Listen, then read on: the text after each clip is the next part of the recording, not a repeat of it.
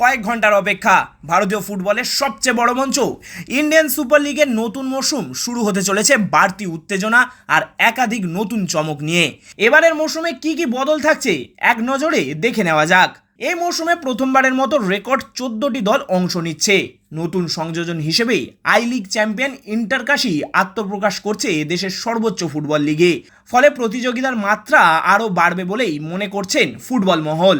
এবারে লিগ হবে round robin পদ্ধতিতে সিঙ্গেল লেগ ফরম্যাটে, অর্থাৎ প্রত্যেক দল একে অপরের বিরুদ্ধে একটি করে ম্যাচ খেলবে। ফলে প্রতিটি দল খেলবে মোট 13টি ম্যাচ।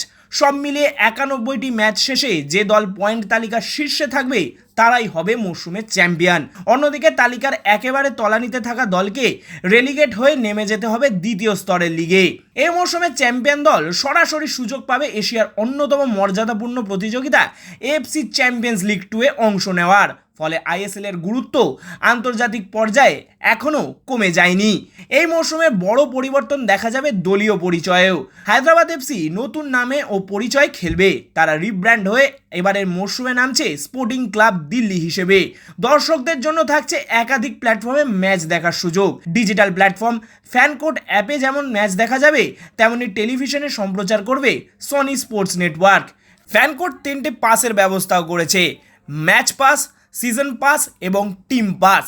তাই নতুন দল, নতুন ফরম্যাট আর বাড়তি প্রতিযোগিতার আবহে এবারের আইএসএল মৌসুম যে আরও জমজমাট হতে চলেছে তা বলাই বাহুল্য।